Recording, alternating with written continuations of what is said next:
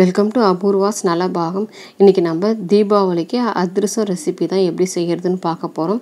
நம்ம எத்தனை ஸ்வீட் செஞ்சாலுமே தீபாவளிக்கு அதிரசன்றது நம்ம பாரம்பரியமான ஸ்வீட். இது அதிரசம் செய்கிறதுக்கு ரொம்ப பேர் பாகுபதம் வைக்கிறதுக்கு தெரியலன்னு கஷ்டப்படுவாங்க. அந்த மாதிரி எந்த விதமான கஷ்டம் இல்லாமல் நம்ம ஈஸியாக எப்படி அதிரசம் செய்யலான்றதான் பார்க்க போகிறோம். அதிரசம் செய்கிறதுக்கு நான் இந்த கப்பால் 2 கப் அளவு நான் அரிசி எடுத்து வச்சுருக்கேன். இது கிராம் கணக்கில் சொல்லணுன்னா எனக்கு 400 கிராம் அரிசி நான் எடுத்து வச்சுருக்கேன். 1 கிராம் கப்பு வந்து 200 கிராம் பிடிக்கும். நான் 2 கிராம் அரிசி எடுத்திருக்கேன். இந்த அரிசியை நல்லா நம்ம 2-3 டைம் தண்ணி ஊற்றி களைஞ்சிட்டு ஒரு 2 மணி நேரம் ஊற வச்சுக்கலாம். நான் முதல்ல தண்ணி ஊற்றி களைஞ்சி கழுவிட்டு எடுத்துகிட்டு வந்துடுறேன். பாருங்கள், நான் நல்லா அரிசியை நல்லா 2-3 தண்ணி போட்டு நல்லா வெள்ளையாக தண்ணி வர்ற வரைக்கும் நல்லா கழுவிட்டு எடுத்துகிட்டு வந்துட்டு இந்த அரிசி ஒரு 2 மணி நேரம் ஊறட்டும். பாருங்கள், நான் அரிசி ஊற வச்சு 2 மணி நேரம் ஆகிடுச்சு. பாருங்கள், நல்லா வெள்ளையாக ஊறி வந்துடுச்சு. இப்போ நாம் இந்த அரிசியில் இருக்கிற தண்ணிலாம் ஒட்டை வடித்து எடுத்துக்கலாம். அரிசியில் வந்து தண்ணி கொஞ்சம் கூட இருக்கக்கூடாது. நம்ம ஒரு வடி வச்சு வடித்து எடுத்துக்கலாம். பாருங்கள், நான் வடிகட்டியில் போட்டு வச்சுருக்கேன். தண்ணி ஃபுல்லாக நான் வடிச்சிட்டேன். இப்போ இதை ஒரு வெள்ளை துணியில் பரப்பி உலர விட்டுக்கலாம். நான் ஒரு காட்டன் துணி போட்டிருக்கேன். அதில் நம்ம கையால் நல்லா பரப்பி விட்டு உலர விட்டுக்கலாம். இந்த மாதிரி நம்ம பரப்பி வச்சு ஒரு அரை மணி நேரம் 2 மணி நேரம் அரிசி ஊறுறதுக்கு டைம் வச்சுக்கணும். அதே மாதிரி இந்த அரிசி நம்ம உலர விடுறதுக்கு ஒரு அரை மணி நேரம் வச்சோம்னா நமக்கு கரெக்டாக இருக்கும். இப்போ இந்த அரிசி ஒரு அரை மணி நேரம் நல்லா ஃபேன் காற்றுலேயே உலரட்டும். பாருங்கள், அரிசி நம்ம காய போட்டு ஒரு அரை மணி நேரம் ஆகிடுச்சு. அரிசி ஓரளவுக்கு உலர்ந்துடுச்சு. அரிசியில் ஈரம் இருக்கணும். நம்ம கையில் தொட்டோம்னாக்கா இந்த மாதிரி ஒட்டி வரணும். ஆனால் வந்து அரிசியில் வந்து ரொம்ப ஈரப்பதம் இருக்காது, ஆனால் ஈரப்பதம் இருக்கும். இந்த அளவு தான் நமக்கு கரெக்டான பக்குவம். இப்போ நாம் இதை ஒரு பாத்திரத்துக்கு மாற்றிட்டு நான் இதை அரைச்சிக்கிறேன். நான் இதுலேயே ஒரு 5 ஏலக்காய் சேர்த்து நான் மாவு நல்லா மிக்சியில் சேர்த்து அரைச்சிட்டு ஜலிச்சுட்டு உங்களுக்கு நான் காமிக்கிறேன். நான் மாவு பாருங்கள் அரைச்சி ஜலிச்சு எடுத்துகிட்டு ஒரு அழுத்தி வச்சுருக்கேன். நமக்கு மாவு வந்து உலர்ந்துடக்கூடாது.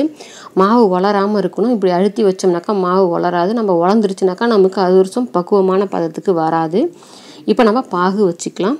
பாகு வைக்கிறதுக்கு நான் 2 கப் அரிசிக்கு 1.25 கப்பு நான் வெல்லம் எடுத்துருக்கேன். நமக்கு இது கரெக்டாக இருக்கும். உங்களுக்கு ஸ்வீட் அதிகமாக வேணும்னு நினச்சிங்கன்னா நீங்கள் 2 கப்பு கூட சேர்த்துக்கலாம். 1.25 கப்பு வெல்லமே நிறைய ஸ்வீட் இருக்கும். நம்ம வந்து கட்டி கட்டியாக போடக்கூடாது. அது மாதிரி உதிர்த்து போட்டோம்னா தான் நமக்கு அளவு பார்க்குறதுக்கு கரெக்டாக இருக்கும். ஆனால் நல்லா பொடியை உதிர்த்து வச்சுருக்கேன் வெல்லம். 2 கப் அரிசிக்கு நம்ம மாவு கணக்கு எடுக்கக்கூடாது, அரிசி தான் கணக்கு எடுக்கணும். 2 கப் அரிசிக்கு 1.25 கப்பு வெல்லம் கரெக்டாக இருக்கும். அதுக்கு 3/4 கப்பு தண்ணி வச்சுக்கோங்க. நம்ம 1.25 கப் வெல்லத்துக்கு 3/4 கப்பு தண்ணி, இந்த வெல்லம் மூழ்கிற அளவுக்கு தண்ணி ஊற்றி நம்ம ஃபஸ்ட்டு வெல்லத்தை கரைச்சி வடிகட்டிக்குவோம். நான் அடுப்பில் வச்சுருக்கேன். வெல்லம் உருகி வரட்டும். பாருங்கள், வெல்லம் நல்லா உருகி வந்துடுச்சு. வெள்ளத்தில் நிறைய மண் தூசு இருக்குன்றதுனால இப்போ நாம் வேறு ஒரு கனமான பாத்திரத்துக்கு நான் வடிகட்டி அதில் தான் பாகு வைக்க போகிறேன். நம்ம வெள்ளைப்பாகு வைக்கிறதுக்கு எப்பவுமே கொஞ்சம் கனமான பாத்திரம் இருந்துச்சுன்னா தான் அடி பிடிக்காமல் இருக்கும். அதனால் நான் கனமான பாத்திரத்தில் வடிகட்டிக்கிறேன்.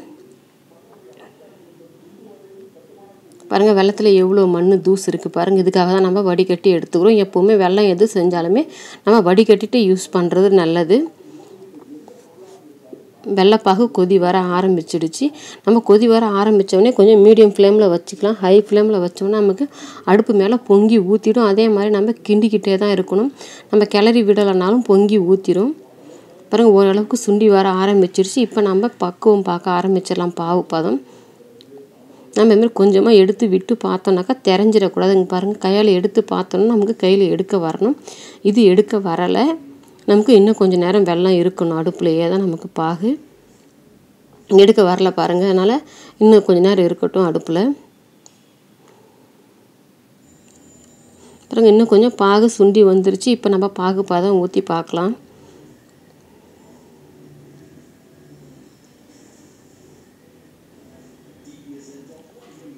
நம்ம கையில் வச்சு எடுத்து பார்த்தோம்னாக்கா எடுக்க வரணும்.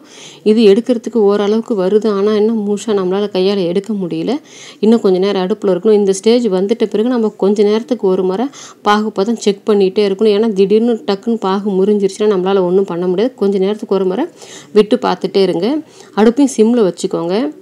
இப்போ பாருங்கள், நம்ம கையில் எடுத்து பார்த்தோம்னா நமக்கு எடுக்க வந்துருச்சுன்னா நமக்கு பதம் கரெக்டாக வந்துடுச்சுன்னு அர்த்தம். பாருங்கள், நல்லா திரண்டு வருது பாருங்கள். நம்ம கையால் நவுத்தி விட்டோம்னாக்கா திரண்டு வருது பாருங்கள், வெல்லம் கரையாமல். இந்த பாருங்க அழகாக நம்ம கையில் எடுக்கிறதுக்கு வந்திருக்கு பாருங்கள். நமக்கு இந்த பதத்துக்கு வெள்ளை பாகு இருந்துச்சுன்னா நமக்கு கரெக்டாக இருக்கும். இந்த மாதிரி தான் பதம் இருக்கணும். பாருங்கள் எப்படி இருக்குதுன்னு சொல்லி. இதான் நமக்கு கரெக்டான வெள்ளை பாகு பதம். இப்போ நம்ம அரைச்சி வச்ச மாவை போட்டு கிளற ஆரம்பிச்சிடலாம். அடுப்பை ஆஃப் பண்ணிவிட்டேன். அடுப்பு நம்ம இதுமாதிரி வெள்ளைப்பாகு ஹீட்டோடு தான் நம்ம போட்டு மாவு கிளறணும். அடுப்பை ஆஃப் பண்ணிவிட்டு கிளறுங்க. கொஞ்சம் கொஞ்சமாக மாவை போட்டு கிளறிக்கலாம். நம்ம ஒரே சமயத்தில் பூரா மாவும் போட்டு கிளறக்கூடாது. ஏன்னா நம்ம ஒரு சமயத்தில் ஒரு அரிசி மாவு அதிகம் காணும், ஒரு அரிசி மாவு கம்மியாக வரும். அந்த மாதிரி இருக்கும்போது நம்ம கொஞ்சம் கொஞ்சமாக மாவு போட்டு கிளறினோம்னா தான் நமக்கு கரெக்டான அளவு எவ்வளவு தேவையோ அவ்வளோ அந்த வெள்ளை பாகுக்கு தகுந்த மாதிரி நம்ம மாவு சேர்த்து கிளற முடியும். ஆனால் கொஞ்சம் கொஞ்சமாக நம்ம கிளறி பார்த்துட்டு சேர்த்துக்கலாம். நல்லா ஒரு மரக்கரண்டி வச்சு நல்லா கலந்துக்கலாம். பாருங்கள், இந்த மாதிரி கொஞ்சம் கொஞ்சமாக தான் எடுத்து போட்டு நம்ம மாவு கிளறிக்கணும்.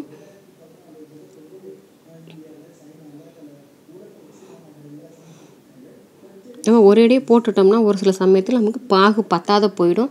அந்த மாதிரி சமயத்துக்கு நம்மளால் ஒன்றும் செய்ய முடியாது, பதமும் தவறி போயிடும். அதனால் நீங்கள் கொஞ்சம் கொஞ்சமாக போட்டு கிளறிக்கோங்க. நம்ம கிளறி பார்த்துட்டு மாவு சேர்த்துக்கலாம். பாருங்கள், இன்னும் கொஞ்சம் மாவு சேர்த்துக்கலாம். இன்னும் இலகன பதத்தில் தான் இருக்குது. அதனால் நான் இன்னும் கொஞ்சம் மாவு போட்டு கிளறிக்கிறேன்.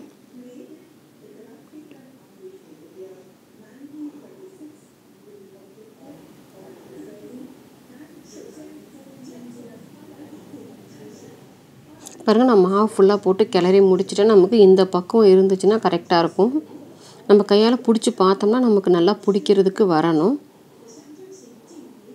பாருங்கள், இந்த அளவு கொஞ்சம் லேசாக இலக்கமாக இருக்குது. பாருங்கள், இந்த இலக்கம் இருந்துச்சுன்னா தான் இது நமக்கு பாவு கொஞ்சம் ஹீட்டாக இருக்கும். ஆறுச்சுனாக்கா நமக்கு கெட்டியான பதத்து கரெக்டான பக்குவத்துக்கு வந்துடும்.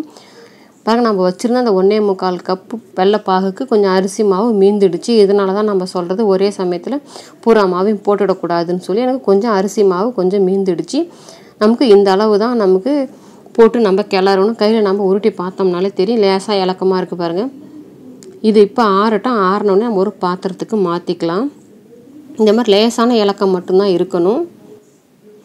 பாருங்கள், நல்லா பாகு ஆறிடுச்சு. பாகு ஆறணும்னு நமக்கு கட்டியான பதத்துக்கு வந்துடுச்சு. பாருங்கள், இப்போ அந்த இலக்கம் இல்லை. பாருங்கள், ஆறின பிறகு இதுதான் நமக்கு கரெக்டான பக்குவம் அதிரசம் மாவு நம்ம ரெடி பண்ணுறதுக்கு. இதை நம்ம ஒரு பாத்திரத்துக்கு மாற்றிட்டு ஒரு 2 நாள் நம்ம மூடி போட்டு வச்சிடலாம். நம்ம 2 நாள் இது உடனேவும் செய்யலாம். நம்ம 2 நாள் நம்ம ஊற வச்சு செஞ்சோம்னா தான் நமக்கு அதிரசம் ரொம்ப டேஸ்ட்டாக இருக்கும். இதை நான் ஒரு மூடி போட்டு ஒரு 2 நாள் அப்படியே எடுத்து வச்சிடுறேன். 2 நாள் கழித்து நான் உங்களுக்கு எப்படி செஞ்சு காமிக்கிறேன். நான் பாருங்கள், எடுத்து வச்சிருந்து 2 நாள் ஆயிடுச்சு. இப்போ நான் உங்களுக்கு அதிரசம் சுட்டு காமிக்கிறேன். எவ்வளோ நல்லா வருதுன்னு பாருங்கள். நான் ஒரு வாழை இலையில் கொஞ்சமாக நெய் தடவி வச்சுருக்கேன். அதை ஒரு சின்ன பால் சைஸ் அளவு எடுத்து நான் அதிரசம் தட்டிக்கிறேன். அதிரசம் நம்ம ரொம்ப மெலிசாக தட்டக்கூடாது. இந்த அளவுக்கு அதுவும் ரொம்ப மொத்தமாகவும் தட்டிடக்கூடாது. நமக்கு இந்த சைஸுக்கு தட்டினீங்கன்னா கரெக்டாக இருக்கும் உங்களுக்கு அதிரசம். இப்போ எண்ணெயில் போட்டுக்கலாம். பாருங்கள், எண்ணெயில் போட்டது நமக்கு இந்த பூரி மாதிரி மேலே எழும்பி வருது. பாருங்கள், புஷ்ஷுன்னு இந்த மாதிரி வந்துச்சுன்னா தான் நம்ம வச்சுருக்கிற பாகு பதம் கரெக்டுன்னு அர்த்தம். நம்ம அதிரசம் செய்யும்போது இதான் நமக்கு பார்க்கணும். பாருங்கள், எவ்வளோ நல்லா பூரி மாதிரி உப்பி வந்திருக்கு. பாருங்கள், நம்ம அதே மாதிரி எண்ணெய் மீடியம் ஃப்ளேமில் தான் வச்சு சுடணும். ஹை ஃப்ளேமில் வச்சோன்னா மேலே கரிஞ்சிடும், உள்ளே வேகாது. மீடியம் ஃப்ளேமில் வச்சு தான் சுடணும். நமக்கு அதிரசம் வெந்துடுச்சு. இப்போ ஒரு தட்டுக்கு எடுத்துக்கலாம். நான் அதிரசத்தை தட்டில் எடுத்துட்டேன். இதை நம்ம அப்படியே வைக்கக்கூடாது, அதில் எண்ணெய் இருக்கும். அதனால் லைட்டாக நம்ம ஒரு ஃப்ளாட்டான பாத்திரத்தை வச்சு லேசாக அழுத்தினா எண்ணெய் வருது. பாருங்கள், ரொம்ப அழுத்தக்கூடாது, கொஞ்சம் எண்ணெய் உள்ளே இருக்கணும். நமக்கு அதிரசம் எப்போவுமே எண்ணெய் கொஞ்சம் குடிக்கிற மாதிரி தான் இருக்கும். நம்ம லேசாக அழுத்திட்டு எடுத்துக்கலாம் அதிரசத்தை. நமக்கு அதிரசம் ரெடி ஆகிடுச்சு. இப்போ இது ஒரு பிளேட்டுக்கு எடுத்துக்கலாம். நான் உங்களுக்கு இன்னொன்று அதே மாதிரி செஞ்சு காமிக்கிறேன். பாருங்கள், இப்போ இந்த அளவுக்கு பால் சைஸ் எடுத்து நம்ம கையால் தட்டிக்கலாம்.